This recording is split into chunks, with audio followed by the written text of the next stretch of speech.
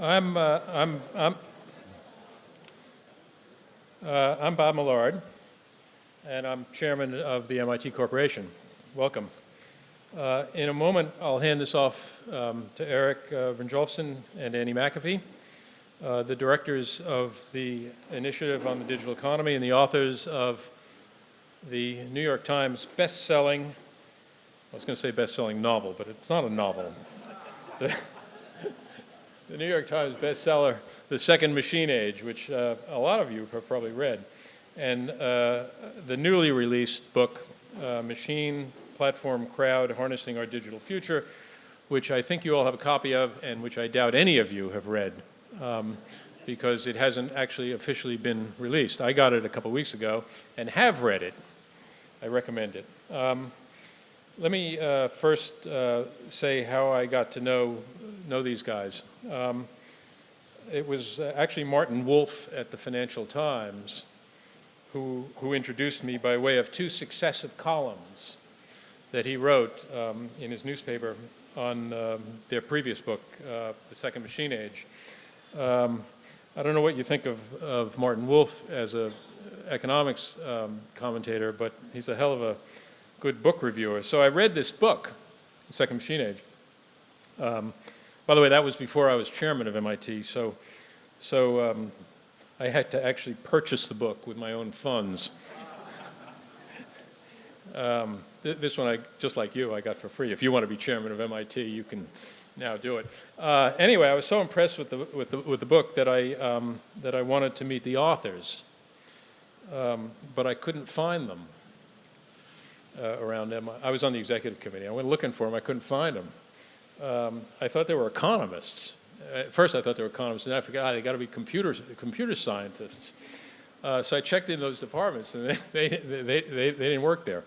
By the way, those two departments are, like a lot of things at MIT, number one in the world. So it turns out Andy and Eric were at Sloan, which, as most of you know, is our business school.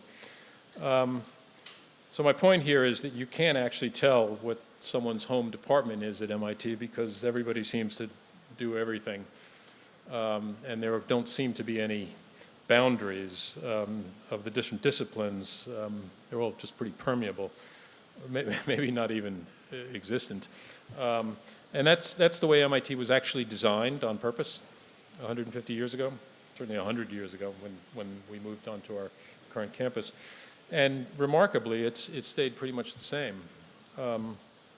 Small, interdisciplinary, cross-fertilizing, and I think that's increasingly how so much of the great intellectual advances occur.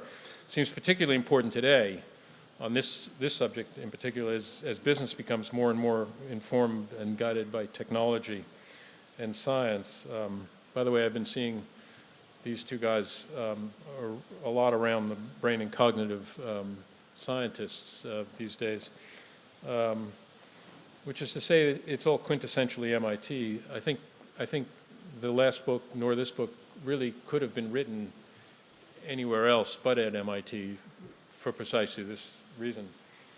So we got a great day. In addition to Andy and Eric, we've got David Verrill. David, where are you? There he is. Who's the executive director of the initiative? The executive director of the Initiative on the Digital Economy and the Center for Digital Business, which I guess means Andy and Eric work for him. Chris Schaefer, where are you? Chris is the senior associate dean for external relations and international programs at the Sloan School of Management. Today's topic is, as you probably know, Machine, Platform, Crowd, Harnessing Our Digital Future, which it won't be a surprise is the name of their newest book. It's about addressing some of the greatest challenges and opportunities facing humanity that derive from the exponential growth that we're experiencing in technology in our lifetimes, and calling into question the basic methods of how we organize society, commerce, the economy, companies, currency, maybe even the environment, government, and politics. In a fundamental sense, really, how we relate to each other and at what scale and speed, but in any event, global and instantaneous, which is a really different condition for humanity. So it's an important moment for humanity. I think almost unique, but certainly on the same scale as the other great revolutions in humanity's past, the scientific revolution, the agricultural revolution, the industrial revolution, and it seems to be just getting underway in our generation right now. So disrupting old systems is good, but it can have great human costs, and thinking about those consequences is not something we can leave for another generation. So technology must, of course, enfranchise humanity, not disenfranchise it, and we have to control that process. A couple weeks ago, we had graduation up at MIT, and President Raphael Reif, and I'm going to read you something that he said to the graduating seniors, because I can't say it as well as he did. He said, "We like to solve big problems in part by developing new technologies, but the truth is that one of today's great challenges is how to help society navigate the unintended impact of technology itself. So as you work together to conjure new ideas, to invent new products, to design new ways to manufacture them and devise new ways to use them in the world, I hope you will consider their impact on all of society from the start.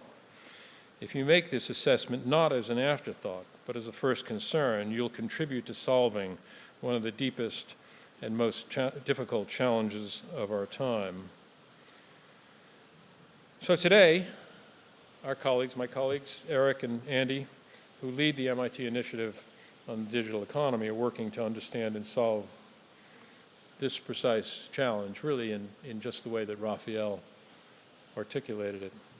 We have a great day planned for you. Andy McAfee will give a keynote based on the research in their latest book, Machine Platform Crowd. If you forget the title, just look in your lap. Then throughout the day, you'll hear from industry leaders who are thinking about the implications of AI, platforms, and crowdsourcing. You'll hear from Devin Cook, executive producer of MIT's Inclusive Innovation Challenge, which awards over $1 million in prizes to organizations that are addressing large-scale problems relating to the future of work. And lastly, Eric will close the day with a presentation on the future of work. First, Eric will share some welcoming remarks and give you a roadmap of the work of the MIT Initiative on Digital Economy, which he and Andy direct. Eric, the way this works is I get to introduce Eric introduces Andy, and we're off. Eric serves as the Schussel Family Professor of Management at MIT Sloan and the chairman of the MIT Sloan Management Review. He's also a research associate at the National Bureau of Economic Research, which, by the way, is run by another MIT professor. Eric's research examines the effects that information technologies have on business strategy, productivity and performance, internet commerce, pricing models, and intangible assets.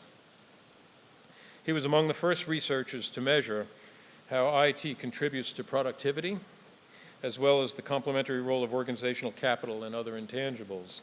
His research was the first to quantify the value of online product variety and develop pricing and bundling models for information goods. He holds bachelor's and master's degrees from Harvard, not a bad school, in applied mathematics and decision sciences, and a PhD from MIT in managerial economics. Please join me in welcoming Eric Menjolfsson.